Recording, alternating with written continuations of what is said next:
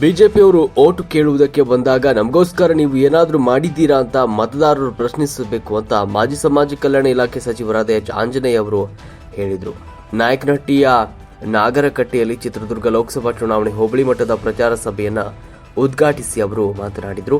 ಚಿತ್ರದುರ್ಗ ಲೋಕಸಭೆ ಕಾಂಗ್ರೆಸ್ ಅಭ್ಯರ್ಥಿ ಬಿಎನ್ ಚಂದ್ರಪ್ಪ ಅವರನ್ನ ಗೆಲ್ಲಿಸಬೇಕು ಅಂತ ಮನವಿ ಮಾಡಿದರು. ಎಲ್ಲರೂ ಒಗ್ಗಟ್ಟಾಗಿ ಚಂದ್ರಪ್ಪ ಅವರನ್ನ ಹೆಚ್ಚಿನ ಮತಗಳಿಂದ ಗೆಲ್ಲಿಸಬೇಕು. ದೇಶದಲ್ಲಿ ಉಳಿವಿಗೆ ವಿಶ್ವವೇ ಮೆಚ್ಚುವಂತ ಡಾಕ್ಟರ್ ಬಿ.ಆರ್. ಅಂಬೇಡ್ಕರ್ ಅವರು ಸಂವಿಧಾನವನ್ನು ಬರೆದಿದ್ದಾರೆ. ಜಾತಿಗಳ ಮಧ್ಯೆ ಸಂಘರ್ಷ ಇರಬಾರದು, ಎಲ್ಲರಿಗೂ ಕೂಡ ಬದುಕುವ ಹಕ್ಕಿದೆ ಅಂತ ಹೇಳಿದರು. ಕೇಂದ್ರದಲ್ಲಿ ಕಾಂಗ್ರೆಸ್ ಅಧಿಕಾರಕ್ಕೆ ಬಂದರೆ ಪ್ರತಿಯೊಬ್ಬ ಬಡ ಕುಟುಂಬದ ಮಹಿಳೆಗೆ ವರ್ಷಕ್ಕೆ 1 ಲಕ್ಷ ನರೇಗಾ ಯೋಜನೆಯಲ್ಲಿ 400 ಹಾಗೂ ರೈತರ ಸಾಲ ಮನ್ನಾ ಮಾಡಲಾಗುವುದು ಅಂತ ಹೇಳಿದರು. ಇನ್ನು ಲೋಕೋಪಯೋಗಿ ಇಲಾಖೆ ಸಚಿವ ಸತೀಶ್ ಜಾರಕಿಹೊಳಿ ಅವರು ಕೂಡ ಈ ಸಂದರ್ಭದಲ್ಲಿ ಮಾತನಾಡಿದರು. ರಾಜ್ಯದ ಮುಖ್ಯಮಂತ್ರಿ ಸಿದ್ದರಾಮಯ್ಯನವರು 5 ಗ್ಯಾರಂಟಿಗಳನ್ನು ಬಿಜೆಪಿಯವರು ಟೀಕೆ ಮಾಡುತ್ತಿದ್ದಾರೆ ಅಂತ ಆರೋಪಿಸಿದರು. ಚಿತ್ರದುರ್ಗ ಲೋಕಸಭಾ ಕ್ಷೇತ್ರದ ಕಾಂಗ್ರೆಸ್ ಅಭ್ಯರ್ಥಿ ಬಿಎನ್ ಚಂದ್ರಪ್ಪ ಅವರು ಕೂಡ ಈ ಸಂದರ್ಭದಲ್ಲಿ ಮಾತನಾಡಿದರು. 10 ವರ್ಷಗಳಿಂದ ನಿಮ್ಮ ಜೊತೆಯಲ್ಲೇ ಇದ್ದೇನೆ. 5 ವರ್ಷಗಳ ಕಾಲ ಸಂಸದನಾಗಿ ಜಿಲ್ಲೆಯನ್ನು ಅಭಿವೃದ್ಧಿಪಡಿಸುತ್ತೇನೆ. ಚುನಾವಣೆಯಲ್ಲಿ ಸೋತರೂ ಕೂಡ ಚಿತ್ರದುರ್ಗ ಜಿಲ್ಲೆಯಲ್ಲಿ ಕಾಂಗ್ರೆಸ್ ಪಕ್ಷವನ್ನು ಸಂಘಟನೆ ಮಾಡಿದ್ದೇನೆ. ಸಾರ್ವಜನಿಕರ ಸಭೆಯಲ್ಲಿ ಬಿಜೆಪಿ ಅಭ್ಯರ್ಥಿ ಗೋವಿಂದ ಪ್ರಧಾನಿ ಕಾರಜೋಳ ಗೆದ್ರೆ ಪ್ರಧಾನಮಂತ್ರಿ ಹತ್ತಿರ ಇರುತ್ತೇನೆ, ಚಂದ್ರಪ್ಪ ಗೆದ್ರೆ ಕೆಲಸದ ಪುಟ್ಟಿಯಲ್ಲಿರುತ್ತಾರೆ. ಇದನ್ನು ಖಂಡಿಸುತ್ತೇನೆ. ಅವರಲ್ಲಿ ಸೊಕ್ಕಿನ ಹಣ ಇದೆ, ಆದರೆ ಈ ರೀತಿ ಇಲ್ಲಸಲ್ಲದ ಬಗ್ಗೆ ಮಾತನಾಡ್ತಾರೆ ಅಂತ ಕಾರಜೋಳ ವಿರುದ್ಧ ಕಿಡಿಕಾರಿದ್ರು.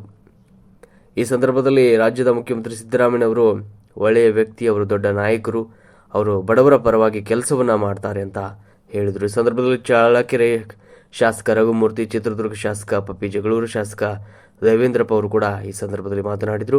ಸಂದರ್ಭದಲ್ಲಿ ಮಾಯಕೊಂಡ ಶಾಸಕ ಬಸವಂತಪ್ಪ, ಮಾಜಿ ವಿಧಾನ ಪರಿಷತ್ ಸದಸ್ಯೆ ಜಯಮ್ಮ, ಬಾಲರಾಜ್, ಜಿಎಸ್ ಮಂಜುನಾಥ್, ಚಿತ್ರದುರ್ಗ ಜಿಲ್ಲೆಯ ಕಾಂಗ್ರೆಸ್ನ ಅಧ್ಯಕ್ಷ ತಾಜ್ಪೀರ್, ಕಾರ್ಯಾಧ್ಯಕ್ಷ ಹಾಲೇಶ್, ಡಾಕ್ಟರ್ ಯೋಗೇಶ್ ಬಾಬು, ವಸಂತ್ ಕುಮಾರ್, ಕೆಪಿಸಿಸಿ ಮಾಧ್ಯಮ ವಕ್ತಾರ ಬಾಲಕೃಷ್ಣ ಸ್ವಾಮಿ ಯಾದವ್, ಮಾಜಿ ಜಿಲ್ಲಾ ಪಂಚಾಯತ್ ಅಧ್ಯಕ್ಷ ಬಾಲರಾಜ, ಸುಜಯ್ ಕುಮಾರ್ ಲೀಡ್ಕರ್, ಮಾಜಿ ಅಧ್ಯಕ್ಷ ಓಂ ಶಂಕರ್ ಹಾಗೂ ನಾಗೇಶ್ ರೆಡ್ಡಿ, ಕಲೀಮುಲ್ಲಾ, ನೇರಳಗುಂಟೆ ಎಂ ರಾಮಪ್ಪ, ಜಾಕೀರ್ ಹುಸೇನ್, ಪಟ್ಟಣ ಪಂಚಾಯತ್ ಸದಸ್ಯರಾದ ಸೈಯದ್ ಅನ್ವರ್, ಮಂಜುಳಾ ಶ್ರೀಕಾಂತ್, ಸುನೀತಾ ಮುದಿಯಪ್ಪ, ಎಚ್ ಆಂಜನೇಯ, ಆಪ್ತ ಕಾರ್ಯದರ್ಶಿ ಮಾರುತಿ, ನಾಯಕನಹಟ್ಟಿ, ಮಾಜಿ ಗ್ರಾಮ ಪಂಚಾಯತ್ ಸದಸ್ಯ ಶ್ರೀಕಾಂತ್, ಕಾಂಗ್ರೆಸ್ ಪಕ್ಷದ ಮುಖಂಡರು, ಅಭಿಮಾನಿಗಳು, ಮಹಿಳೆಯರು ಈ ಕಾರ್ಯಕ್ರಮದಲ್ಲಿ ಭಾಗವಹಿಸಿದರು. ವರದಿ ಟಿಟಿ ಹರೀಶ್, ಮಹಾಯುದ್ಧ ನ್ಯೂಸ್, ನಾಯಕನಹಟ್ಟಿ. ಶಾಸಕರಾದಂತ ಮತ್ತು ಕರ್ನಾಟಕ ಸರ್ಕಾರದ ಸಣ್ಣ ಕೈಗಾರಿಕೆ ಅಭಿವೃದ್ಧಿ ನಿಗಮ KSSIDCಯ ಅಧ್ಯಕ್ಷರು ಕೂಡ ಆಗಿರ್ತಕ್ಕಂಥ ಅದು ಕ್ಯಾಬಿನೆಟ್ ದರ್ಜೆಯ ಸ್ಥಾನಮಾನವನ್ನು ನೀಡಿ ಇವತ್ತು ಮುಖ್ಯಮಂತ್ರಿಗಳು ಕೊಟ್ಟಿದ್ದಾರೆ. ಅದು ಚೇರ್ಮನ್ರು ಕೂಡ ಆಗಿದ್ದಾರೆ. ಇಷ್ಟಲ್ಲದೆ ನಮ್ಮ ಇವತ್ತಿನ ಸಭೆಗೆ ನಮ್ಮ ಜಗಳೂರಿನ ಶಾಸಕರಾದಂಥವರು ಅವರು ಕೂಡ ಬಹಳಷ್ಟು ಕಷ್ಟಪಟ್ಟು ಹೋರಾಟ ಮಾಡ್ಕೊಂಡು ಬಂದಿರತಕ್ಕಂಥ ದೇವೇಂದ್ರಪ್ಪ ಜಗಳೂರಿನ ಶಾಸಕರು. ಮತ್ತೊಬ್ಬರು ಹೇಳ್ತೀನಿ, ಪಪ್ಪನಿಗೆ ಹೇಳ್ತೀನಿ. ಈಗ ನಮ್ಮ ಬಸವಂತಪ್ಪ ಅಂತಂದೇಳಿ ಮಾಯ್ಕೊಳ್ಳದಲ್ಲಿ 24x7 ಸಾರ್ವಜನಿಕರ ಲಭ್ಯ ಅಂತಂದ್ರೆ 107 ಅಂತ ಇಲ್ಲಿ ಕರೀತಾರೆ. ಇಲ್ಲಿ 108 108 ಇವು ನಮ್ಮ ಅಕ್ಕನ ಮಗ. ಅದರಿಂದ ಅವರು ಕೂಡ ಇಲ್ಲಿ ಬಂದಿದ್ದಾರೆ. ಅದ್ರ ಜೊತೆಯಲ್ಲಿ ನಮ್ಮ ವೀರೇಂದ್ರ ಪಪ್ಪಿ ಬಹಳ ಅದೃಷ್ಟವಂತ ರಾಜಕಾರಣಿ. ಚಳ್ಳಕೆರೆಯಲ್ಲಿ ಹುಟ್ಟಿ ಚಳ್ಳಕೆರೆ ಜನರ ಜೊತೆಗೆಲ್ಲ ಬೆರೆತು ಚಿತ್ರದುರ್ಗದಲ್ಲಿ ಕಳೆದ ಬಾರಿ ಚುನಾವಣೆಗೆ ಸ್ಪರ್ಧಿಸಿ ಪರಾಭವಗೊಂಡಿದ್ರು. ಪರಾಭವಗೊಂಡ ನಂತರ ಈ ಕ್ರಿಕೆಟ್ನಲ್ಲಿ 2020 ಪ್ಲೇಯರ್ಸ್ನ ಕೆಲವು ಟೀಮ್ನವರೆಲ್ಲ ಖರೀದಿ ಮಾಡ್ತಾರಲ್ಲ, ಹಂಗೆ DK ಶಿವಕುಮಾರ್ ನಮ್ಮ ಸುಧಾಕರ್ ಅವ್ರನ್ನ ಖರೀದಿ ಮಾಡ್ಕೊಂಡು ಕಾಂಗ್ರೆಸ್ಗೆ ಕರ್ಕೊಂಬಂದ್ರು. ಚಿತ್ರದುರ್ಗ ಸ್ಪರ್ಧೆ ಮಾಡಿಸಿದ್ರು, ಗೆದ್ದರು. ಚಿತ್ರದುರ್ಗ ಜಿಲ್ಲೆಯಲ್ಲಿ ಅತ್ಯಧಿಕ ಮತಗಳ ಅಂತರದಿಂದ ಗೆದ್ದಂತಹ ವೀರೇಂದ್ರ ಪಪ್ಪಿ ಅವರೇ, ಜಿಲ್ಲಾ ಕಾಂಗ್ರೆಸ್ ಅಧ್ಯಕ್ಷರಾದ ತಾಜ್ಪೀರ್ ಅವರೇ, ಬ್ಲಾಕ್ ಕಾಂಗ್ರೆಸ್ಸಿನ ಅಧ್ಯಕ್ಷರಾದಂಥ ನಾಗಿರೆಡ್ಡಿ ಅವರೇ, ಸಲೀಮುಲ್ಲಾರವರೇ, ಉಳಿದಂಥ ಎಲ್ಲ ಮುಖಂಡ ಮಾನ್ಯರುಗಳೇ, ಎಲ್ಲರ ಹೆಸರು ಕೂಡ ಹೇಳೋಕ್ಕಾಗಲ್ಲ.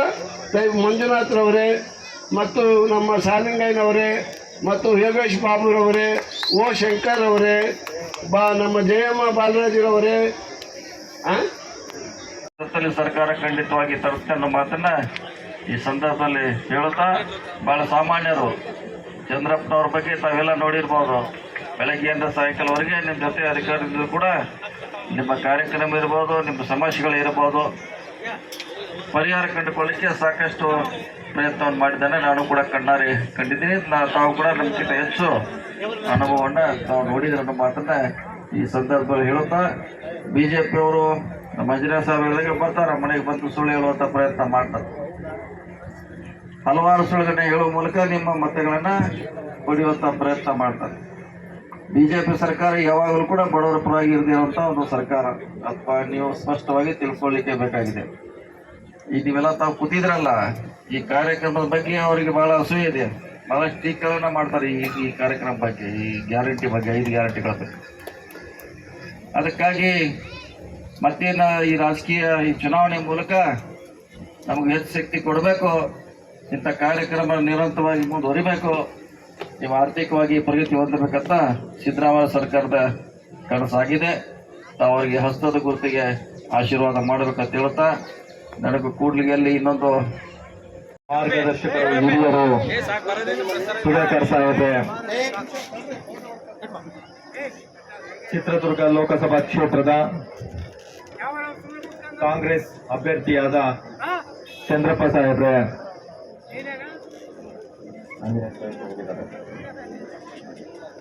ಈ ಭಾಗದ ನೆಚ್ಚಿನ 7 ಬಾರಿ ಶಾಸಕರಾದಂಥ ಹಿರಿಯರು, ಮಾರ್ಗದರ್ಶಕರು, ನನ್ನನ್ನು ಅಂತೂ ಅವ್ರ ಮನೆ ಹುಡುಗ ಅಂತಾನೆ ತಿಳ್ಕೊಂಡಿದ್ದಾರೆ.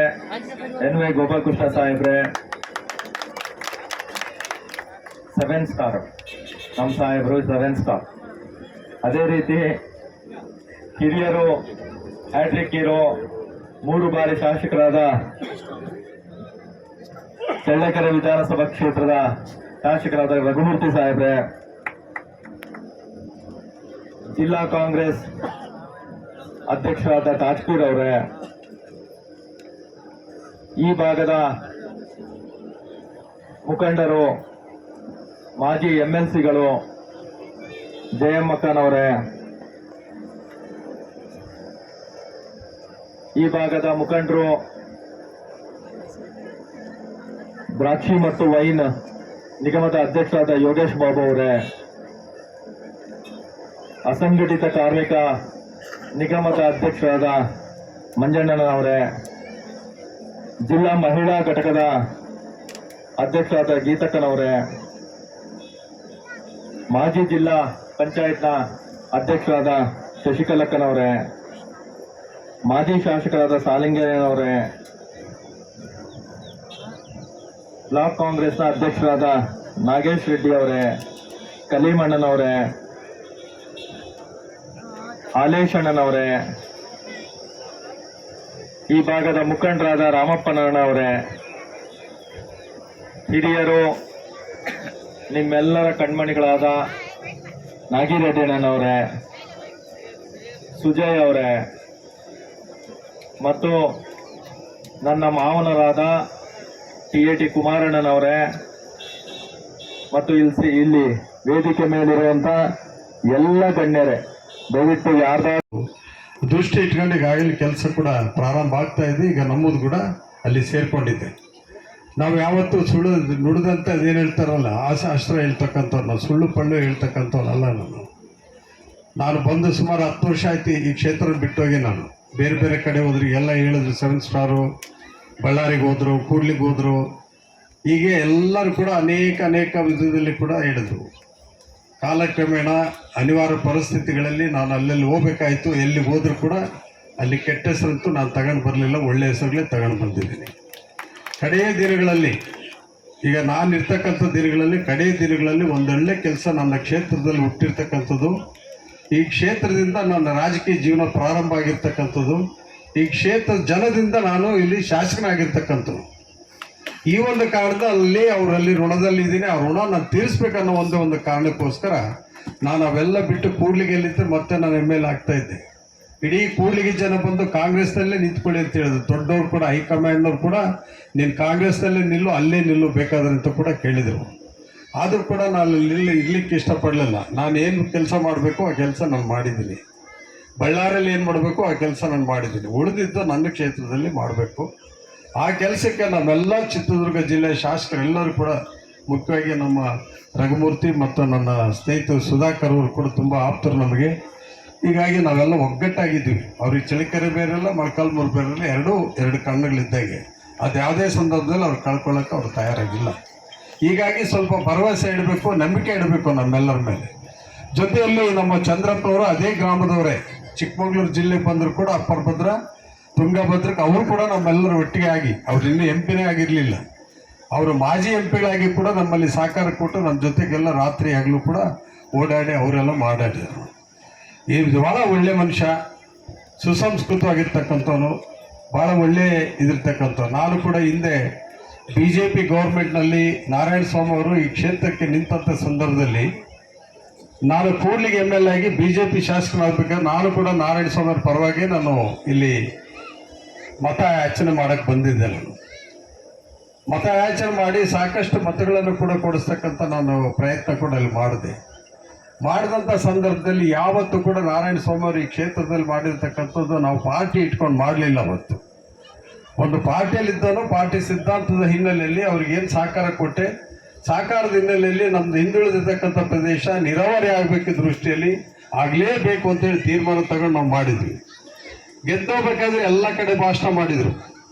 ಆದರೆ ಹೋದ್ಮೇಲೆ ಒಂದು ದಿವಸ ಕೂಡ ಈ ಕ್ಷೇತ್ರದ ಬಗ್ಗೆ ಯಾರಿಗೆ ಮಾತು, ಕೇವಲ ಅವರಿಗೆ ಪರಿಚಯ ಇರ್ತಕ್ಕಂಥವ್ರು, ಪರಿಚಯಸ್ಥರು, ಆಮೇಲೆ ಕೆಲವು ಅವ್ರಿಗೆ ಬರ್ತಕ್ಕಂಥ ಅನುದಾನನ ಕೆಲವರೇ ಸೀಮಿತವಾಗಿರ್ತಕ್ಕಂಥ ಕಾರ್ಯಕರ್ತರಿಗೆ ಕೊಡ್ತಕ್ಕಂಥ ಕೆಲಸ ಅಷ್ಟೇ ಮಾಡಿದ್ರು ವಿನ ಜನ ದೃಷ್ಟಿಯಿಂದ, ಜನ ಸಮಸ್ಯೆಗಳಿಂದ ಅವ್ರು ಅರ್ಥ ಮಾಡ್ಕೊಳ್ಳಿಕ್ಕಾಗಲಿಲ್ಲ.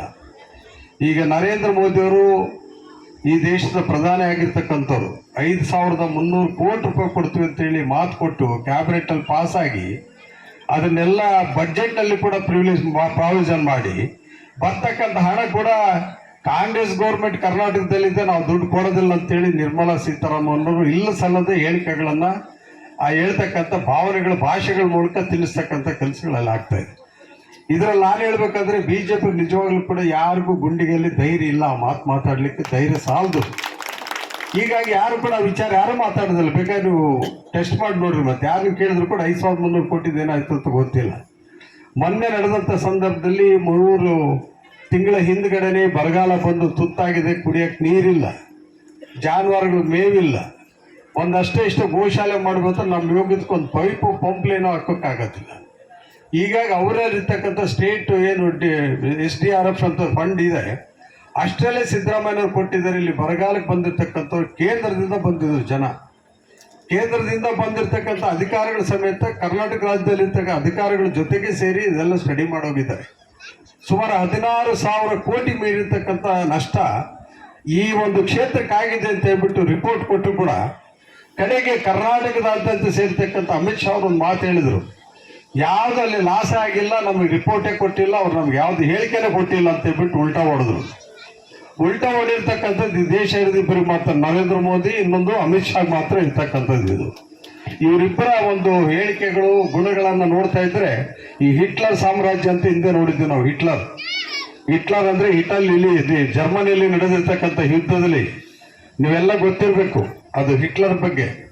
ಆ ಒಂದು ವ್ಯವಸ್ಥೆನೇ ಗೊತ್ತು ಮಾಡಕ್ಕೆ ಹೋಗ್ತಾರೆ. ಒಂದ್ಸಾರಿ ಕಣ್ಣು ಮುಚ್ಕೊಂಡು ಅವ್ರು ಪ್ರಧಾನಿ ಆಗಿದ್ದಾರೆ, 2ನೇ ಸಾರಿ ಆಗಿದ್ದಾರೆ, 3ನೇ ಸಾರಿ ಕೂಡ ಪ್ರಧಾನಿ ಆಗಬೇಕು ಅಂತ ಹೊರಟಿರ್ತಕ್ಕಂಥ ವ್ಯಕ್ತಿ. ಇವತ್ತು ಬರ್ತಾ ಹೇಳ್ತಕ್ಕಂಥ ವ್ಯಕ್ತಿ ಯಾವತ್ತೂ ಕೂಡ ತನ್ನ ಅಧಿಕಾರ ಕಣ್ಣಿಗೆ ಕಾಣೋದಿಲ್ಲ, ತನ್ನ ಅಂತಸ್ತು ಮೇಲೆ ನೋಡ್ತಾ ಇರುತ್ತೆ.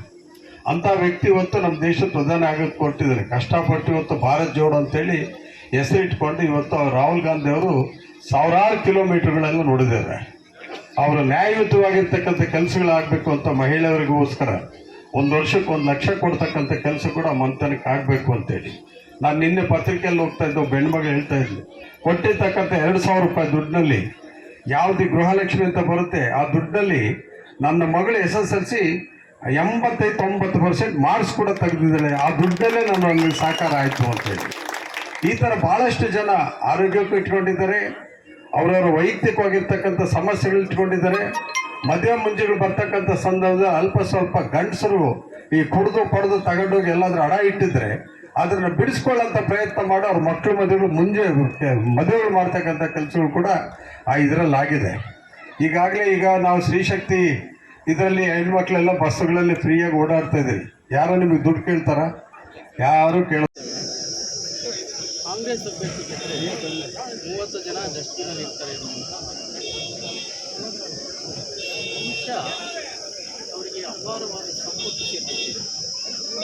ಒಳ್ಳೊಳ್ಳೆ ಪರ್ವತ ಖಾತೆಯನ್ನು ಅನುಭವಿಸಿ ವಿವಿಧ ಸೌಕರ್ಯ ಸಂಪತ್ತು ಸೇರ್ಕೊಂಡಿದೆ. ಮನುಷ್ಯನಿಗೆ ಆ ಸಂಪತ್ತು ಮತ್ತು ಅಧಿಕಾರದ ಮದ ಬಂದಾಗ ಸ್ವಾಭಾವಿಕವಾಗಿ ಆ ರೀತಿಯ ಮಾತುಗಳು ಬಾಯಲ್ಲಿ ಮತ್ತು ದಾರ್ಶನಿಕರ ಹೇಳಿದ್ದು ನನಗೆ ಆ ರೀತಿಯ